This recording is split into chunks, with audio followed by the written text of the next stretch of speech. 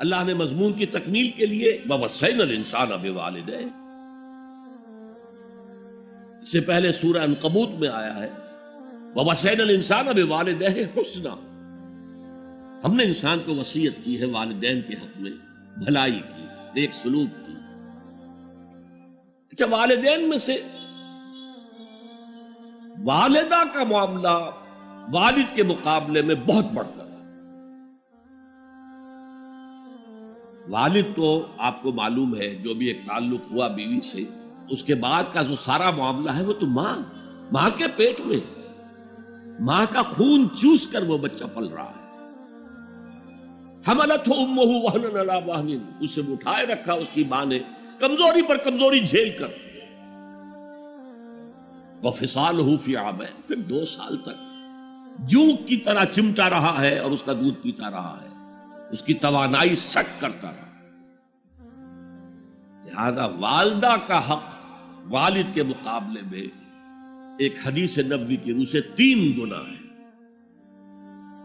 یہ بہت اہم نقطہ ہے۔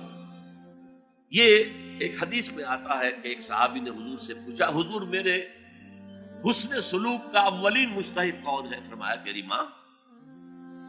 کہا ان کے بعد؟ فرمایا تیری ماں۔ تیسری مرتبہ پوچھا ان کے بعد؟ تیری ماں۔ چوتھی مرتبہ پوچھا تو کہا تیرا باپ۔ گویا کہ والدہ کا حق، اس کی خدمت، اس کے ساتھ نرمی، کہیں اس کے دل کو ٹھیس نہ پہنچا دینا، اس لیے کہ بڑا سخت قسم کا نفسیاتی معاملہ ہوتا ہے۔ آپ کو معلوم ہے جب بچے تھے ہم تو اپنے والدین کی محبت کا مرکز تھے، ان کی ساری محبت ہم پر مرکوز تھی، ہم بھی ان کی شفقت کو مانتے تھے، محبت کرتے تھے۔ ہماری شادی ہو گئی، اولاد ہو گئی تو ہمارا ایک نیا مرکز محبت وجود میں آ گیا، بیوی سے محبت ہے، اولاد سے محبت ہے۔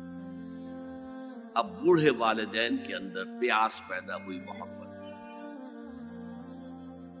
یہی ہمارے ہاں ساس بہو کا جھگڑا جو ہے اس کی اصل بنیاد نفسیاتی ہے کہ ان کے دلوں میں پیاس ہے۔ اب اگر ان کی دلجوئی کی جائے، ان کو وقت دیا جائے، ان کے پاس بیٹھا جائے، ان کی باتیں سنی جائیں، تب تو ان کو کچھ نہ کچھ جو ہے تسکین ہوتی ہے، ورنہ ایک بڑا احساس محرومی شدید پیدا ہو جاتا ہے واقعی۔ یہی وجہ ہے کہ صرف 2 چیزیں ہیں جن کا محض دیکھنا تعظیم اور محبت کے ساتھ موجب ثواب ہے، عبادت ہے۔ خانہ کعبہ کو محض دیکھنا عبادت ہے، بیٹھ کر تعظیماً دیکھتے رہو، طواف بھی نہیں کر رہے، دیکھنا بھی عبادت، اور بوڑھے والدین کو محبت بھری نگاہ سے دیکھنا عبادت ہے۔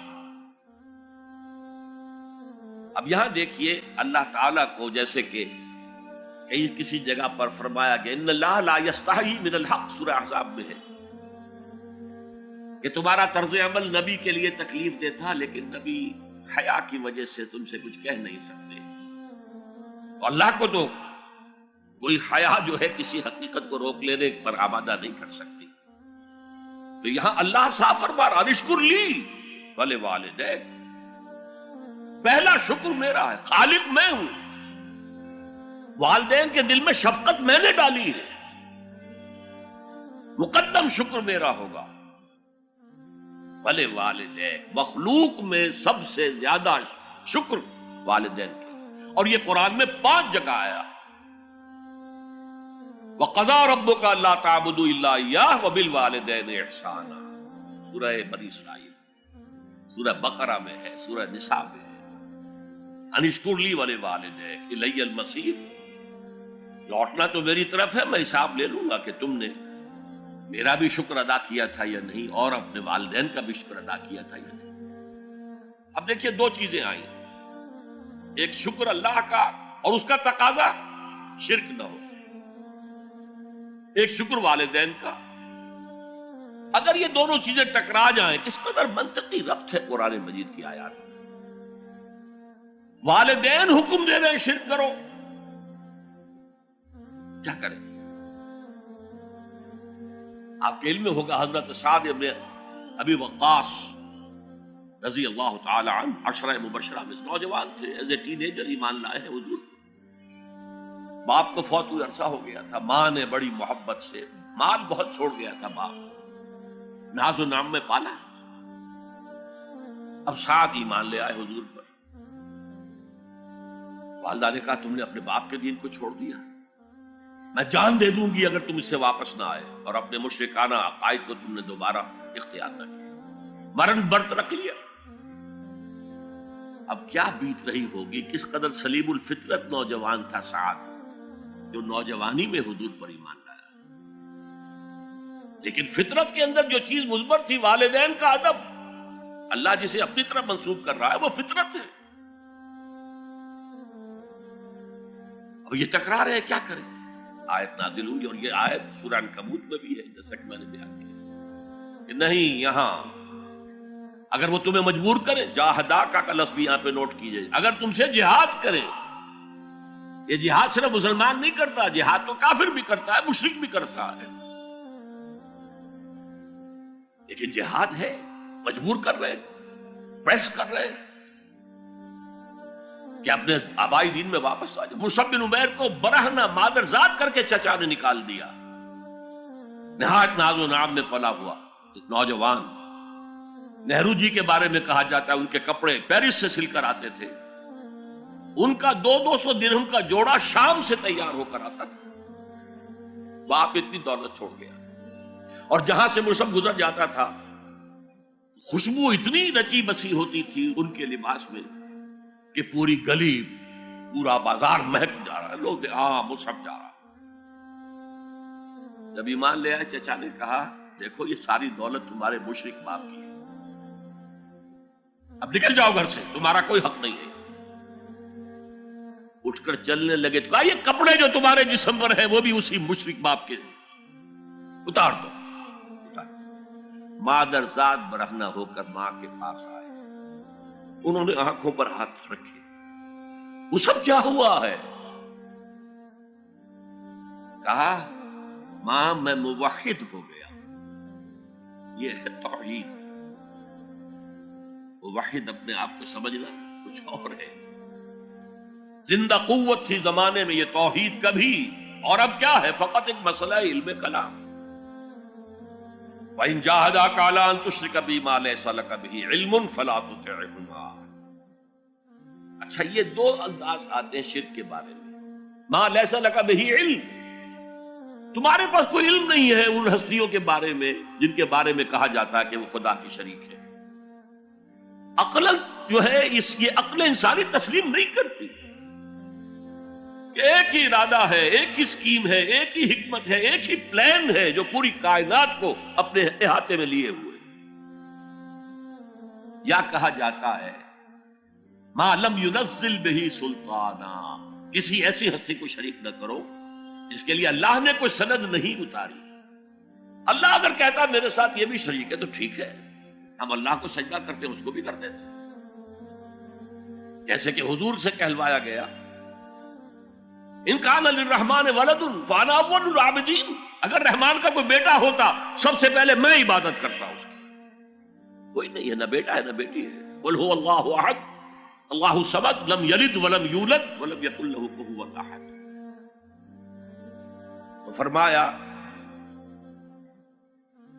وَإِن جَاهَدَاكَ عَلَىٰ أَن تُشْرِكَ بِي مَا لَيْسَ لَكَ بِهِ عِلْمٌ فَلَا تُطِعْهُمَا۔ لیکن یہی توازن دیکھیے، یہ صرف اللہ کے کلام میں ہو سکتا ہے، یہ نہیں کہ پھر ان کو دفاع کرو، ان سے کوئی تعلق نہ رکھو، نہیں۔ صاحبهما فی الدنیا معروفا، ان کا کہنا تو مت مانو اس معاملے میں، اللہ کا حق احق ہے، بالا تر ہے، لیکن ان کے ساتھ دنیا میں رہو معروف طریقے سے، ان کے حقوق ادا کرو، چاہے مشرک ہے والدین، چاہے کافر ہے والدین، ان کی خدمت تمہارے ذمے ہے، ان کی ضروریات پورا کرنا تمہارے ذمے ہے اپنے مقدرت کے مطابق۔ صاحبہما فی الدنیا معروفا، اور واتبع سبیل من اناب الی، پیروی والدین کی ضروری نہیں ہے، اطاعت والدین کی لازمی نہیں ہے۔ لا طاعت لمخلوق فی معصیت الخالق، کسی مخلوق کی اطاعت نہیں کی جا سکتی اگر اس سے خالق کی معصیت لازم آ رہی، تو والدین کے لیے بھی ہے، اطاعت مطلق نہیں ہے، پیروی ان کی ضروری نہیں ہے، پیروی اس کی کرو جس نے اپنا رخ میری طرف کر لیا۔ ابھی اللہ کا کلام چل رہا ہے، درمیان میں جو آیا ہے، اتباع اس کی، دیکھو کون ہے جس نے اپنا رخ میری طرف کر لیا ہے، پیروی اس کی کرو، والدین کی نہیں۔ اسی لیے سورہ بقرہ کے تیسرے رکوع کی پہلی آیت جہاں حضور کی دعوت کا بیان ہے، وہ کیا ہے؟ یا ایھا الناس اعبدوا ربکم الذی خلقکم والذین من قبلکم لعلکم تتقون۔ اے لوگو، عبادت کرو، بندگی اختیار کرو، پرستش کرو اپنے اس رب کی جس نے تمہیں پیدا کیا، تم سے پہلوں کو بھی پیدا کیا۔ تمہارے آباء و اجداد بھی تو اسی کی مخلوق تھے، جیسے تم سے خطا ہو سکتی ان سے بھی ہو سکتی تھی، لہذا یہ دلیل نہیں۔ وہ کہتے کہ ما وجدنا علیہ آباءنا، ہم تو اسی کی پیروی کریں گا جس میں ہم نے اپنے آباء و اجداد کو پایا ہے۔ تو آباء و اجداد کی پیروی ضروری نہیں ہے۔ واتبع سبیل من اناب الی ثم الی مرجعکم، پھر میری ہی طرح تم سب کو لوٹنا ہے۔ فانبئکم بما کنتم تعملون، پھر میں گنتی کر کر کے نبا، تنبیہ، پوری طرح بتا دینا، آگاہ کر دینا۔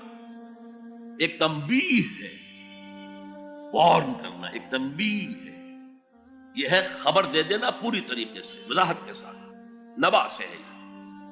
فَأُنَبِّئُكُم بِمَا كُنتُمْ تَعْمَلُونَ، جو کچھ کے عمل تم